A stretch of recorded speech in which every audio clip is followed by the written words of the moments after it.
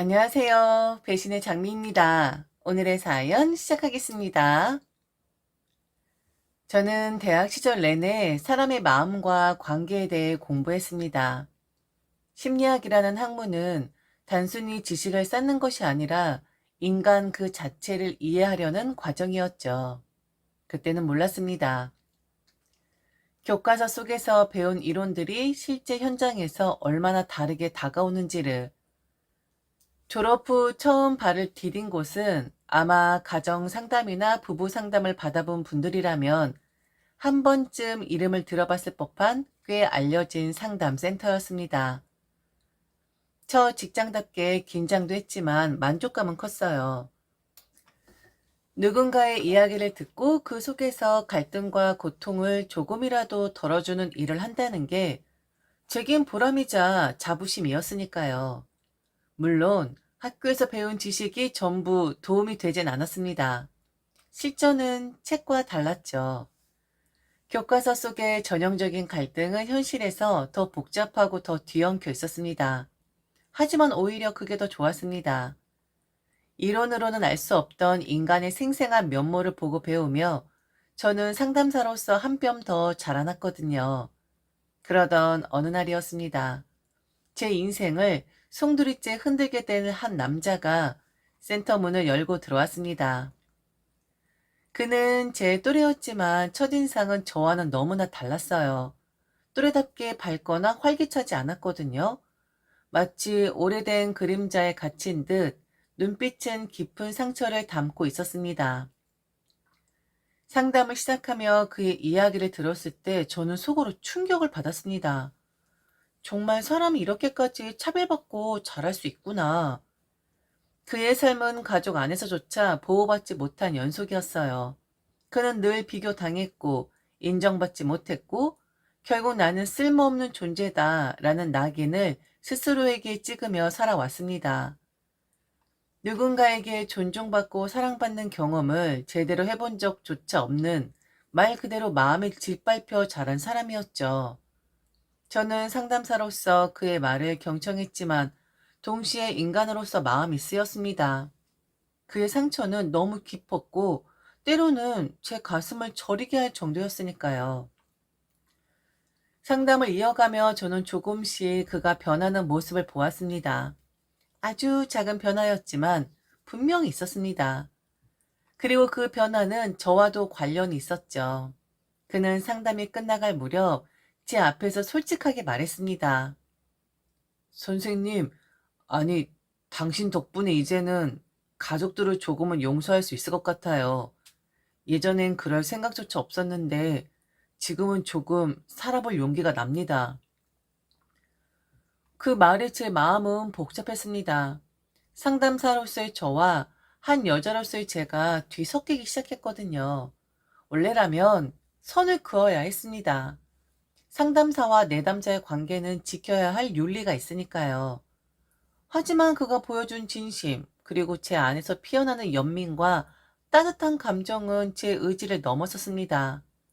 결국 상담이 끝난 후에도 우리는 서로 연락을 주고받기 시작했습니다.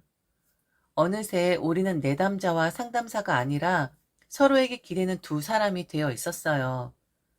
그와 함께하는 시간은 특별했습니다. 그는 저를 의지했고 저는 그에게 위로를 건넸습니다. 하지만 그보다 더 중요한 건 그도 저를 아껴주려 애썼다는 거예요. 상처투성이었던 그가 저와 함께하면서 조금씩 웃음을 되찾고 미래를 이야기하는 모습을 볼 때마다 저는 벅찬 기분이 들었습니다. 연애 중 그가 제게 했던 말이 아직도 생생합니다. 당신이랑 함께 있으면 내가 살아도 되는 사람 같아. 처음으로 행복이라는 게 뭔지 알 것 같아.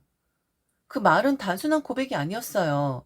그가 가진 트라우마와 절망을 조금씩 벗겨내는 증거였으니까요. 저 역시 기뻤습니다. 심리학을 전공한 사람으로서 그리고 상담사로서 한 인간의 회복 과정을 가장 가까이서 지켜보고 있다는 건 흔치 않은 경험이었으니까요. 하지만 무엇보다도 제가 사랑하는 사람이 행복을 되찾아가는 과정이라는 게 큰 의미였죠. 그는 구급 공무원으로 일하고 있었습니다. 화려한 직업은 아니었고 수입도 넉넉하진 않았죠. 하지만 저는 그가 가진 직업보다 그가 가진 마음을 더 소중히 여겼습니다. 남을 배려하고 책임감 있는 그의 모습은 제게 안정감을 주었으니까요. 어느 날 그는 제게 진지한 얼굴로 다가왔습니다. 나 많이 부족한 거 알아. 돈도 넉넉하지 않고 가진 것도 없어. 하지만 당신만은 평생 지켜줄 수 있을 것 같아. 같이 살아줄래? 그는 프로포즈라기보다는 간절한 부탁처럼 말했습니다. 하지만 저는 그 순간 이 사람이야말로 제 삶을 함께할 동반자라는 확신이 들었습니다. 벌이가 적어도 괜찮았고 조건이 화려하지 않아도 상관없었습니다. 그는 누구보다 저를 소중히 여기는 사람이었으니까요. 그렇게 우리는 결혼을 했습니다. 저는 이미 남편의 상담사로서 그의 과거와 가족 이야기를 대략 알고 있었습니다. 상담실에서 들었던 그의 말들 속에는 늘 가족으로부터 받은 상처와 차별이 묻어나 있었거든요. 그래서 결혼을 결심할 때 마음 한편에서는 내가 그의 곁에 있어주면 이제는 좀 달라지겠지 하는 기대가 있었어요. 하지만 현실은 늘 교과서와 달랐습니다. 상담 현장에서 배운 것처럼 결혼 역시 이상과 현실 사이에는 커다란 간극이 있었거든요. 전 이미 그 사실을 잘 알고 있었지만 막상 제 결혼 준비 과정에서 몸소 겪게 될 줄은 몰랐습니다. 우선 큰 준비들은 순조로웠습니다. 신혼집과 가구, 기본적인 살림살이 같은 큰 틀은 제 친정 부모님께서 많이 도와주셨어요. 부모님은 우리 딸이 시작부터 너무 힘들지 않았으면 좋겠다 하시며 집 마련부터 결혼식 비용의 상당 부분을 기꺼이 보태주셨습니다. 남편 쪽 사정을 알기에 더 고마운 마음이었죠. 저는 그 사실만으로도 충분히 감사했고 남편도 제 부모님께 너무 죄송하다며 연신 고개를 숙였어요. 사실 그때까지만 해도 시댁 쪽에서는 크게 문제 될 일이 없었습니다. 하지만 문제는 늘 사소한 것에서 시작되더군요. 결혼식 준비가 한창일 때 남편의 누나, 그러니까 제게는 시누이가 된 사람이 뜻밖의 제안을 해왔습니다. 동생 결혼식에 우리 애를 화동으로 세우고 싶은데, 얼마나 예쁘겠어. 분위기도 살고, 가족끼리 의미도 있고 말이야. 아, 그런가요? 그런데 저희는, 아니, 생각 안 해봤다고 말하지 말고 화동으로 세우자. 근데 드레스는 새로 맞춰야 하고, 애가 아직 어리니까 리허설도 몇 번 시켜야 하거든? 결혼식 당일에 애가 받는 스트레스도 크니까 수고비 정도는 챙겨줘야지. 내가 계산해 보니까 한 150만 원이면 될 것 같아. 네? 150이요? 150만 원. 저는 순간 말을 잃었습니다. 결혼식에 화동을 세우는 게 원래 이렇게 큰 돈이 들어가는 일이던가요? 드레스야 본인 자식이 입힐 거고 수고비라는 것도 듣도 보도 못한 요구였습니다. 저는 결혼 준비 과정에서 이미 드레스, 사진, 예식장, 신혼여행 등으로 빠져나가는 비용이 눈덩이처럼 불어나고 있던 상황이었거든요. 그런데 원하지도 않은 화동 이벤트에 무려 150만 원이라니. 더 황당했던 건 그 제안이 일방적이었다는 겁니다. 저나 남편이 화동을 세우자고 한 적도 없고 오히려 저는 제 결혼식은 최대한 간소하고 진중했으면 좋겠다는 생각이 강했어요. 화동이 등장하면 하객들 주목도 분산되고 자칫 결혼식 분위기가 가벼워질 수 있다고도 봤거든요. 남편 역시 난 굳이 필요 없을 것 같은데 라는 입장이었습니다. 그런데 신우이는 마치 이미 결정된 사항인 것처럼 떠들어댔습니다. 우리 애가 요즘 얼마나 기대하는데 벌써 걸음 연습까지 시켜놨다? 이제 와서 안 한다고 하면 애가 얼마나 상처받겠어. 저는 속으로 깊은 한숨을 삼켰습니다. 애초에 본인 마음대로 정해놓고 이제 와서 아이의 기대감을 핑계로 비용까지 요구하는 모습이 기가 막혔습니다. 죄송하지만 저희는 화동을 생각하지 않았어요. 드레스며 수고비 같은 것도 준비할 생각이 없고요. 저는 단호하게 말했습니다. 그러자 신우의 표정이 싹 바뀌더군요. 뭐라고? 너 지금 우리의 기분 무시하는 거야? 벌써 연습까지 시켰는데 내가 얼마나 섭섭하겠어? 이런 식으로 하면 애한테 상처 주는 거야. 너 같은 심리학 전공한 사람이 그런 것도 몰라? 순간 제 안에서 피가 거꾸로 솟구치는 기분이 들었습니다. 저는 심리학을 전공했고 상담사로서 아이들의 심리도 누구보다 잘 알고 있었지만 그렇다고 해서 제 결혼식마저 아이 교육의 도구로 삼을 수는 없는 일이었어요. 게다가 150만 원이라는 거액을 요구하는 태도는 더더욱 납득할 수 없었습니다. 도대체 저 돈이 누구를 위한 돈이었을까요? 애를 위한다는 핑계였지만 결국은 본인들의 지갑을 채우려는 수작이 분명했죠. 결국 저는 신우의 제안을 단칼에 거절했습니다. 남편도 제 편을 들어주긴 했지만 그 역시 난감해하는 기색이 역력했습니다. 결혼식 전에 괜히 큰 싸움으로 번지지 않았으면 좋겠다는 눈치였죠. 하지만 이미 균열은 생겼습니다. 신우는 뒤끝을 남기듯 말했습니다. 축의금 달랄 테니까 나중에 와서 딴소리 하지 마. 실제로 그녀는 우리 결혼식 날 땡전 한 푼의 축의금도 내지 않았습니다. 애초에 화동 요구를 거절한 게 마치 축의금을 거절한 것과 다름없다는 식이었죠. 저는 결혼식이 끝나기도 전에 이 집안과는 쉽지 않겠구나 하는 예감이 들었습니다. 결혼식을 치르고 드디어 부부로서의 첫걸음을 내딛었습니다. 저와 남편은 작은 신혼집에서 나름대로 아늑한 생활을 꾸려가고 있었어요. 그런데 행복한 신혼의 단꿈은 길게 이어지지 않았습니다. 예상은 했지만 현실은 더 날카롭고 버거웠습니다. 문제는 다름 아닌 시어머니였습니다. 처음엔 단순히 생활비 문제였어요.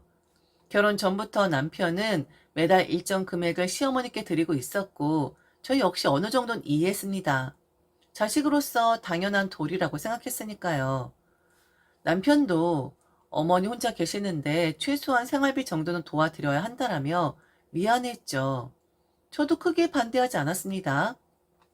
그런데 시어머니 요구는 여기서 멈추지 않았습니다. 생활비 따로, 내 용돈 따로 줘야지. 우리 아들이 결혼 전엔 엄마 필요한 거 있으면 다 사줬었어. 이제 결혼했다고 안 해주니까 서운하다 정말. 저는 처음엔 그저 어이가 없었죠. 남편이 결혼 전 홀로 계신 어머니를 챙긴 건 아들로서의 마음이라 이해할 수 있었습니다. 하지만 결혼 후에도 여전히 그 방식이 당연하다는 데 요구되는 건 다른 문제였거든요. 더구나 생활비는 이미 드리고 있는데 용돈을 또 따로 요구하는 건 아무리 생각해도 지나쳤습니다. 시어머니는 대놓고 말했죠. 아들 카드 다시 주면 안 되니? 전엔 내가 필요할 때마다 쓰고 그랬는데 왜 결혼했다고 그걸 못하게 막아? 엄마를 지금 짐짝 취급하는 거야? 그 말은 제 가슴을 콕콕 찔렀습니다. 마치 제가 남편과 시어머니 사이를 가로막는 나쁜 사람이라도 되는 것처럼 들렸거든요. 남편은 난처한 얼굴로 중간에 끼어 있었지만 저는 이미 불안감을 느끼기 시작했습니다. 그리고 시어머니 실제로 그 카드를 쥔 듯이 행동하기 시작했습니다. 시어머니 친구들과 자주 만났어요. 여행도 자주 가셨고 식사 모임도 많았죠. 문제는 그런 약속이 잡힐 때마다 당연하다는 듯 돈을 요구한다는 것이었습니다. 이번 주에 친구들이랑 강릉에 다녀오려고 하는데 교통비랑 숙박비 좀 보내라. 내일은 친한 친구랑 백화점 가기로 했어. 옷 한 벌 사야 하는데 돈 좀 보내라. 어제 모임 가는데 내가 계산했어. 네가 얼른 돈 붙여라. 그 말투에는 미안함도 부탁의 태도도 없었습니다. 당연히 받아야 할 권리를 주장하는 것처럼 명령에 가까웠죠. 전 처음에는 그래도 시어머니니까 하며 꾹 참았습니다. 그래, 여행 가서 즐거운 시간 보내시는 게 나쁠 건 없지. 친구들과 웃으며 사시는 게 건강에도 좋겠지. 그렇게 스스로를 설득했어요. 하지만 요구는 점점 더 잦아졌습니다. 일주일에 한 번꼴로 요구하던 것이 어느새 며칠에 한 번, 심지어는 이틀 연속으로 돈을 달라는 일도 생겼습니다. 문제는 그 태도였습니다. 제가 조금이라도 돈을 늦게 보내면 곧바로 전화가 울렸습니다. 왜 아직 돈 안 보냈니? 내가 뭐 그지야? 얼른 붙여라. 나 지금 나가야 돼.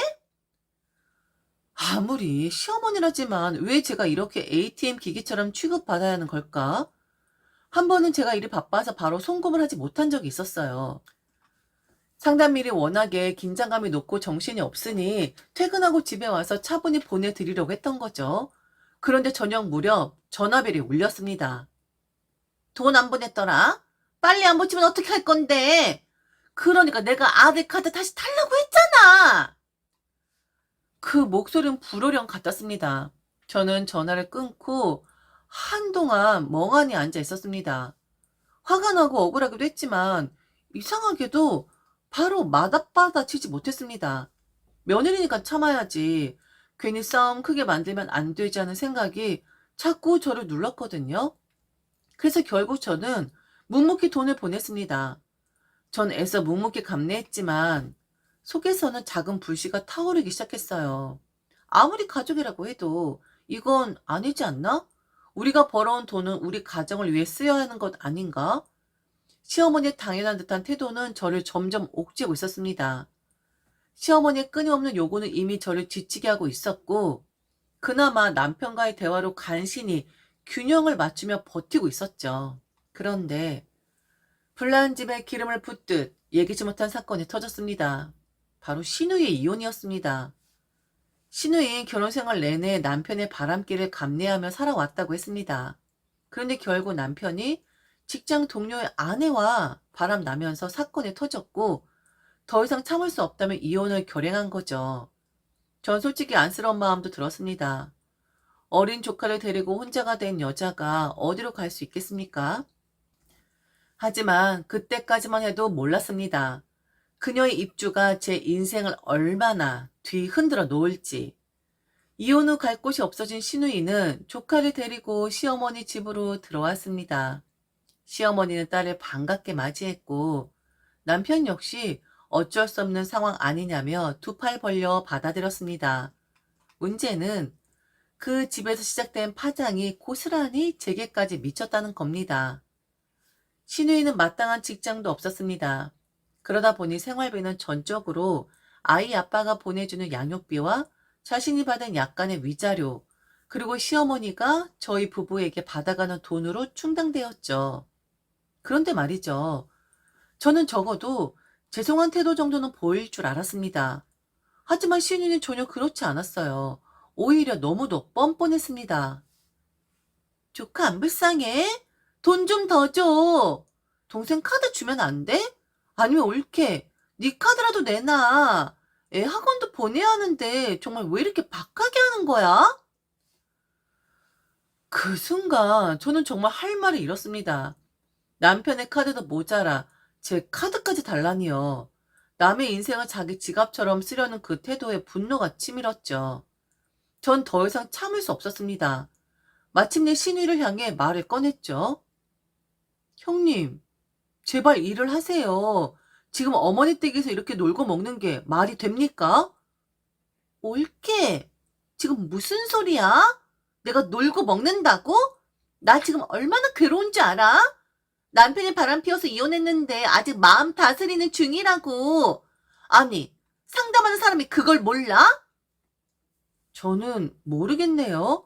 괴로운 건 이해하지만 그렇다고 해서 남한테 손 벌리고 살 수는 없는 거잖아요. 그리고 솔직히 말씀드리면 요즘 어머니께서 더 자주 돈을 요구하시는데 그게 형님 때문인 것 같거든요. 어머니가 형님과 조카 핑계로 저희 돈을 더 요구하시는 거잖아요. 야, 너 지금 말 다 했어? 형님, 이제 성인이잖아요. 아이 엄마고 어른입니다. 그런데 이렇게 아랫사람한테 삥 뜯듯이 요구하는 건 아니라고 생각해요. 앞으로 저희는 생활비만 드릴 거예요. 용돈이나 현금 지원은 없습니다. 만약 형님의 어머니께 저희와 똑같이 생활비를 드리고 자식 노릇을 똑같이 한다면 다시 생각해 볼 수도 있겠죠. 하지만 지금은 아니에요. 부모 부양은 들어봤어도 시누이 부양은 저는 처음 들어봅니다. 그 말을 듣자 시누이는 얼굴이 새빨개지며 소리를 질렀습니다. 분위기가 험악해지는 걸 느낀 시어머니가 그 자리에 끼어들었죠. 그리고 믿기 힘든 행동을 했습니다. 이거 저서 말대꾸야! 순간 시어머니가 제 머리채를 잡아챘습니다. 머리카락이 뜯기는 고통보다 시어머니의 그 적나라한 행동에 저는 더 큰 충격을 받았습니다. 저는 치를 떨며 머리채를 뿌리쳤죠. 그리고 이를 악물고 맞섰습니다. 어머니, 딸이 먼저예요. 어머니 딸이 먼저 자식 노릇하고 그 다음에 저희가 할게요. 윗물이 맑아 아랫물이 맑다고 하잖아요? 어머니 딸이 놀고 먹는데 저희들아 뭘 하라는 겁니까? 이제 그만하세요. 저는 그날 이후로 생활비만 보내고 그 외의 돈은 전부 끊었습니다. 시어머니가 전화로 불호령을 내려도 시누이가 조카를 핑계로 눈물 짓는 척해도 단 한 푼도 추가로 내놓지 않았죠. 물론 남편은 저를 붙잡고 말했습니다. 여보, 이렇게까지 해야 해? 그냥 조금만 도와주면 안 돼? 아니, 이렇게까지 해야만 해. 지금 확실히 보여주지 않으면 평생 끌려다녀야 해. 그거 당신도 봤잖아. 어머니랑 당신 누나가 무슨 짓을 했는지. 나 머리채 잡혔던 거 기억 안 나? 시어머니와의 정면 충돌 이후 저는 생활비만 보내면 원칙을 지켰습니다. 물론 그 과정이 쉽진 않았죠. 남편은 몇 번이고 그래도 어머니인데 너무 단호한 것 아니냐고 했지만 전 흔들리지 않았습니다. 눈앞에서 머리채를 잡히는 굴욕을 겪은 뒤였으니 더 이상 물러설 수 없었거든요. 그런데 어느 날 저녁 남편이 잔뜩 흥분한 얼굴로 집에 들어왔습니다. 여보, 좋은 소식이야. 무슨 일인데 그래? 누나가 드디어 직장 잡았대. 이번 달부터 월급 나온다고. 그래서 누나가 엄마한테 월급 전부 드리기로 했대. 자긴 그냥 엄마한테 용돈 받아서 쓰겠다더라. 정말이야? 역시 당신 말이 맞았어. 우리 수가 통한 거야. 누나가 정신을 차린 거지. 이제 진짜 다행이야. 그러니까 우리도 다시 지원하자. 저는 잠시 멍해졌습니다. 솔직히 속이 시원하기도 했죠. 그렇더러 놀고 먹던 시누이가 드디어 일자리를 구했다니 그 자체만으로도 다행이었거든요. 아, 이제 조금은 내 어깨가 가벼워지려나 그런 생각도 들었습니다. 그래서 저는 한동안 망설이다가 시어머니에게 50만 원의 용돈을 송금했습니다. 이제부터 우리가 다시 시작하는 거다. 불미스러운 일들이 있었지만 그래도 이제는 변화를 보여주니 조금은 도와줄 수 있지 않겠나 하는 마음에서였죠. 그런데 송금을 한 지 몇 분도 지나지 않아 제 휴대폰이 요란하게 울렸습니다. 발신자는 시누이. 여보세요? 올케, 지금 장난해? 뭐야 이게? 네? 무슨 말씀이세요? 엄마한테 50만 원 보냈더라. 나 이번 달부터 엄마한테 월급 300만 원 다 드릴 거야. 내가 이 정도 하는데 니들도 그 정도 해야 하는 거 아니야? 내가 하면 니들도 한다며. 근데 50? 웃기지 마. 형님, 300씩이요? 아니 지금 형님 남동생이 얼마 버는지는 아세요? 어떻게 저희한테 300을 요구하세요? 내가 니들 사정을 봐줘야 돼? 올케도 벌잖아. 성인이 혼자 버는 것도 아니잖아. 맞벌이 하면서 왜 50밖에 못 내? 암튼 300 내놔. 안 그러면 나 가만 안 있을 거야. 엄마도 마찬가지야. 형님, 제가 다시 말씀드릴게요. 저희는 생활비 외적으로 용돈 50만 원이면 충분하다 생각해요. 앞으로도 그 이상은 없습니다. 그리고 형님이 얼마를 드리든 그건 형님 자유지만 저희한테 강요하지 마세요. 너 진짜 가만 안 둔다? 엄마도 이미 다 알고 계셔. 니들이 안 내면 엄마가 가만히 있을 것 같아? 결국 남편이 나서서 중지를 하겠다고 하더라고요. 그래서 남편 혼자 시댁에 갔었는데 시댁에 혼자 다녀온 남편의 얼굴이 좀 그랬습니다. 무언가 결심한 듯한 표정이었거든요. 내가 가서 말을 해봤는데 자기야, 더 좋은 방안을 마련해왔어. 더 좋은 방안? 그게 뭔데? 생활비랑 용돈 매달 주는 거 이제 힘들잖아. 솔직히 우리도 빠듯하고. 그런데 차라리 집을 하나 사드리면 되지 않을까? 그럼 엄마랑 누나가 월세 걱정 없이 살 거고 우리는 매달 돈을 줄 필요가 없잖아. 오히려 장기적으로는 우리가 편한 거지. 뭐라고? 집을 사주자고? 엄마랑 누나가 알아봤대. 주변에 신축 빌라가 하나 있는데 2억 5천 정도 한대. 그 정도는 가능하지 않을까 싶어. 뭐가 가능해? 말도 안 되는 소리 하고 있어. 당신 지금 제정신이야? 아니, 장인어른이 결혼 전에 말씀하셨잖아. 힘들면 언제든 얘기하라고. 그게 돈이든 마음이든. 그러니까 처갓집으로 담보대출 받으면 되잖아. 2억 5천? 그 정도면 충분히 나올 거야. 지금 미쳤어? 제정신으로 하는 말이야? 내 부모님 재산을 왜 끌어와? 왜 당신 집안 문제를 우리 친정으로 해결하려고 하냐고? 아니, 나도 싫지. 근데 방법이 없잖아. 누나가, 아니, 엄마랑 누나가 그러더라. 만약 당신이 끝까지 말을 안 들으면 이혼하겠다고 하래. 뭐라고? 이혼하겠다고 협박하래. 당신이 부부 상담하는 사람이잖아? 가족 상담도 하고? 근데 이혼하면 경력에 흠집 생길 거라고. 그러면 당신 인생이 망가질 거라고. 암튼 그렇게 당신 인생 망칠 거래. 그냥 해주자. 자기야, 그렇게 하자. 우리도 편해지고, 엄마랑 누나도 살 수 있고. 이건 협박이었습니다. 시어머니와 시누이가 대놓고 남편을 시켜 제게 전달한 협박. 저는 말문이 막혀 아무 말도 할 수 없었습니다. 전 더 이상 대꾸할 힘이 없어서 그냥 밖으로 나가 맥주 한 캔을 사왔습니다. 부엌에 앉아 따가운 목으로 흘려 넣으며 이게 내 결혼 생활의 현실인가 싶었죠. 그런데 씻으러 들어간 남편의 방에서 카톡 알림을 연이어 들려왔습니다. 카톡, 카톡. 평소 같으면 절대 보지 않았을 겁니다. 남편이 휴대폰은 그의 사생활이라고 믿고 있었으니까요. 하지만 오늘은 달랐습니다. 머릿속에 불길한 예감이 가득했거든요. 저 말을 남편이 혼자 생각해냈을 리가 없었습니다. 무언가 있었을 거라는 확신이 들었죠. 저는 떨리는 손으로 남편 휴대폰을 집어들었습니다. 그리고 저는 제 눈을 의심했죠. 상현아, 말 잘했어? 이혼한다고 협박하라니까 누나 좀 편하게 살아보자. 야, 김성현, 너 착한 놈이잖아. 너랑 나랑 세임 블러드야. 피는 못 속여? 네 마누라 부모가 돈 좀 해주면 되잖아. 아, 나 그거 가지고 사업 한번 열심히 해볼게. 그 네 마누라가 뭐라 하면 머리채 한 번 더 잡으면 되지. 그 먹히잖아. 아니면 그래 이혼해서 재산 분할 받아서 누나한테 돈 좀 주라. 김상현, 화이팅이다. 순간 모든 게 선명해졌습니다. 남편은 중재자가 아니라 그들의 공모자였습니다. 시어머니와 시누이의 꼭두각시처럼 저를 올감하기 위해 움직이고 있었던 거죠. 저는 변호사를 만나고 돌아와 이혼을 선언했습니다. 그동안의 모욕과 협박, 그리고 배신이 이미 제 한계를 넘어선 뒤였거든요. 이젠 단호하게 끝낼 때가 왔습니다.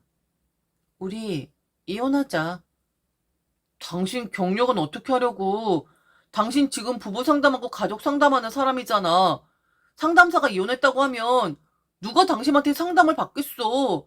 당신 일 다 잘릴 거라고. 그냥 좋은 게 좋은 거라고 해주자. 어? 그냥 해주자고. 남편의 목소리에는 간절함이 아니라 여전히 계산과 협박만이 묻어 있었습니다. 저는 그의 눈을 똑바로 마주보며 웃음 섞인 한숨을 내쉬었죠. 싫은데? 좋은 건 니들이나 많이 해. 난 이제 지긋지긋하다. 그 너는 내가 모를 거라 생각했니? 세임 블러드? 와, 웃기더라. 같은 피라서 너도 그렇게 지질하고 염치 없는 거니? 그만 협박해. 남편의 얼굴이 굳었습니다. 저는 한 발 더 나아가 날카로운 칼날 같은 말을 던졌습니다. 그리고 말해줄게. 나 일 관뒀어. 뭐? 일을 관뒀다고? 센터 관뒀다고? 당신 제정신이야? 니들이 내 경력 가지고 나를 잡으려고 하는 것 같아서 내가 먼저 끊어버렸어. 깨끗하게. 이제 그 카드도 못 써먹겠네. 나 유학 가려고 부모님께 말씀드렸더니 흔쾌히 가라고 하시더라. 아니, 자기야, 유학? 그게 무슨 말이야? 정말 나랑 이혼하려고? 엄마가 그랬어. 자기가 지금 쇼하는 걸 거라고. 그냥 무서운 척하는 걸 거라고. 이거 쇼지? 그렇지? 쇼? 쇼는 니들이 했지. 머리채 잡고 이혼 협박하고 카톡방에서 재산 분할 운운하면서 알량한 서류 한 장으로 묶인 나 말고 가서 네 진짜 가족이나 돌보면서 살아. 그리고 이 집은 내 집이야. 내 부모님 돈으로 얻은 집이니까 그러니 지금 당장 꺼져주면 되겠다. 네 세임 블러드 집으로. 남편은 더는 아무 말도 하지 못했습니다. 입술을 달달 떨며 고개를 숙인 채 결국 방으로 들어가 자신의 짐을 챙기기 시작했죠. 결국 우리는 남이 되었습니다. 남편은 결국 좁디 좁은 시댁으로 들어갔습니다. 그의 짐을 차에 싣는 뒷모습을 저는 무표정하게 지켜보았죠. 커다란 짐가방 몇 개, 박스 몇 개, 순간 그런 생각이 들었습니다. 가뜩이나 좁은 집인데 짐을 머리에 지고 살겠구나 하고요.